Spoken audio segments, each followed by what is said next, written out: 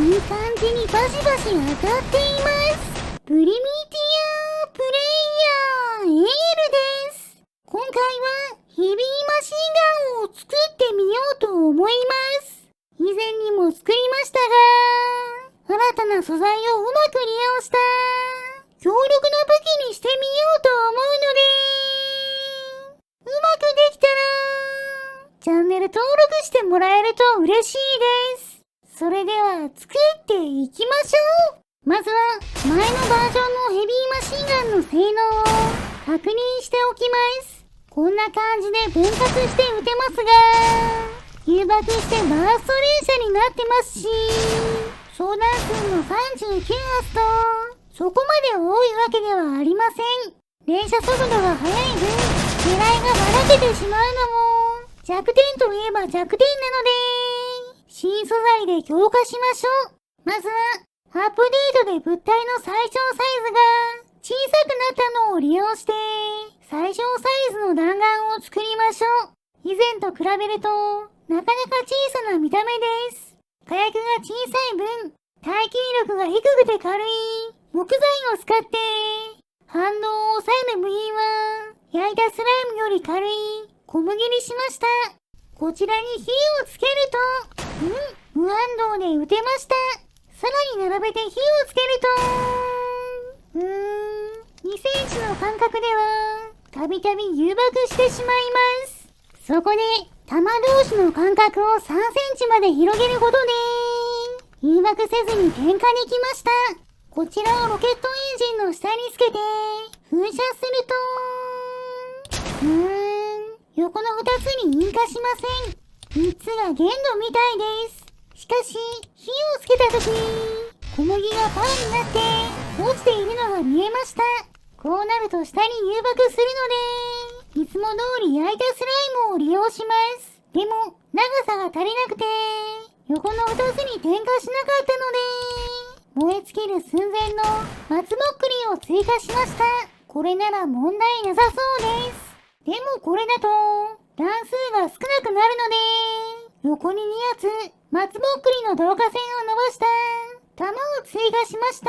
この時なぜか後ろの弾を先に発射すると、ちゃんと離れている前の弾に誘爆するので、これをなんとかするために前の弾から発射できるようにしました。この状態なら1弾で5発の弾を誘爆せずに順番に発射できました。ここでさらに下の段に弾を追加して点火してみると、横にある弾が発射されると、なぜか一番下にある弾が誘爆してしまいます。火薬が爆発することで前側の誘爆範囲が広がっているのかもしれません。そこで5つの弾を横に並べて、両サイドの弾は松ぼっくりの導火線から引火するようにしてみました。よし、これなら誘爆することなく5発発射できました。もう1弾追加するとどうでしょうか。1弾目を発射しても2弾目には誘爆しませんし、2弾目も問題なく発射できます。ここから点火できる限界まで弾を増やしましょう。とりあえず12弾にして引火させると、次々に弾を発射して燃料がなくなったので、燃料を追加して最後まで撃つと、ラスト1弾は引火しなかったので1弾減らして11弾にしました。上から下にも確実に誘爆しない間隔を空けているので、前のバージョンより2弾減っていますが、総弾数は55発と大幅に増えたのでよしとしましょう。しかしもう一度点火すると、なぜか誘爆してしまいます。どうやら横から伸びている導火線が3つのパーツでできていて、根元の方のパーツが先に燃え尽きることで下に落ちて誘爆してしまうみたいです。そこで横の弾の松ぼっくりの導火線の部品数を3つから2つに減らしました。この導火線なら先端の方が必ず先に燃え尽きるので、一度弾を外してコピーした弾を取り付け直しました。これならどうでしょうか。変に誘爆せずに順調発射できています。そのまま噴射し続けて、最後の一発まで発射できました。ここで燃料の量と噴射を節約するために、断続して通電させる水晶のサイズを見直しましょう。水晶の厚さが2センチだと 0.2 秒くらいの噴射でいい感じの連射速度で弾を発射することができています。燃料がなくなりかけたところで弾切れになりました。今度は水晶の厚みを4センチにしてみると、こちらは先ほどよりゆっくりした速度で連射して最後まで発射できました。こっちの方が命中精度は高そうですね。ここからグリップなどを追加する前に、一度水に沈めて、弾に問題がないか確認しておきます。この時、鉄の刃やスライムがくっついたままにならず、すべてがバラバラになれば問題なしです。問題はなかったようなので、途中で手を離さないように、ペアリングを挟んで、別パーツ扱いにしたグリップと、隙間から狙える照準器、グリップとスイッチの役目を果たすトリガースイッチを左右に一つずつ水晶とバッテリーと一緒に取り付けました。こうすることで右側のグリップを持ってトリガーを引けば高速で連射でき、左側のトリガーを引けば低速で反動を抑えながら連射できるというわけです。もちろん中断したり切り替えることもできるので扱いやすそうですね。早速手に持って、高速連射ボードで丸太を狙って撃ってみましょう。いい感じにバシバシ当たっています。連射間隔は一定ではありませんが、そこまで反応を受けることなく、狙ったところに集中砲火できてますね。今度は左側のトリガーを引いて、低速で連射しましょう。なるほど。連射速度が遅くなった分、レベルを抑えて、精密に撃つことができています。命中率が上がった感じですね。ついでに、左右のトリガーを同時に引いてみると、2つの水晶から同時に通電されるせいで、噴射時間が長くなっています。そのせいで、導火線が燃えている間も、無駄に噴射して、弾を撃ち尽くす前に燃料切れを起こしてしまいました。とりあえずこれでヘビーマシンガンは完成です。カメラに向かって撃ってみると、上から順番に綺麗に引火してしっかり撃ち尽くしました。そして遠くの大木を狙うと高速連射モードだと少し狙いがブレるせいか2つの木の葉っぱが生き残ります。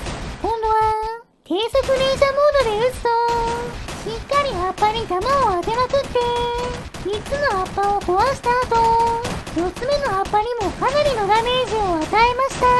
並んだ木を狙ってみると十分な相談数と連射時間、命中精度があるのでかなりの数の木を破壊できました。草を組み合わせた的も的を倒すばかりか倒れた的をバシバシ追撃して粉々にすることができました。もちろんドローン工場の壁も一発2000ダメージくらい与えるので簡単に破壊してバラバラになっていました。風力発生器の方は防御力が高いのと火薬を小さくした弾のせいで与えるダメージが100ダメージくらいとかなり低くギリギリのところで倒しきれません。それでも何度もやり直して諦めずに狙っているとよし、ようやく倒すことができました。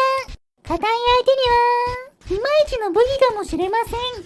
それでは次はこちらのザコキャラの大群を狙ってヘビーマシンガンを撃ってみましょう。果たしてどれくらい倒すことができるんでしょうか。それザコキャラに弾がビシバシ当たってどんどん粉々になっていきます。そういうすぐ壊れる系の相手にはなかなか有効な武器ですね。そのままほとんどのザコキャラを葬り去ることができました。ちなみに私の視点だとこんな感じです。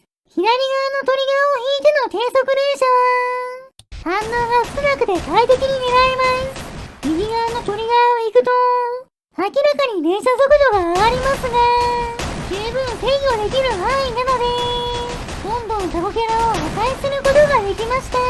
この銃を手で持って撃てるのは、なかなか強力です。それでは最後は、イエロースライムに効くように、ガラスの針を弾の前に追加したら、こちらの巨大スライムを狙って、ヘビーマシンガンで撃ってみましょう。果たして倒すことはできるんでしょうか？いきますよー。発射ー。安定した連射力で、どんどん耐久力を削っていきます。やったー。428ダメージ。巨大スライムを倒しました。一発は弱くても、これだけ弾を浴びせ続ければ、倒すことができるんですね。それでは、この勝利を祝して、スライムを燃やしてしまいましょう。燃えるものを集めてきて、火をつけます。いい感じに燃えていますね。よし、スライムも食べ頃になったので、食べてしまいましょう。もちろん、今回頑張ってくれた、ヘビーマシンガンさんにも、お裾分けしてあげます。はい、どうぞ。今回の動画はここまでです。面白かったと思ったら、チャンネル登録、高評価をしていただけると嬉しいです。リクエストなど、コメントもお待ちしていますね。それでは皆さん、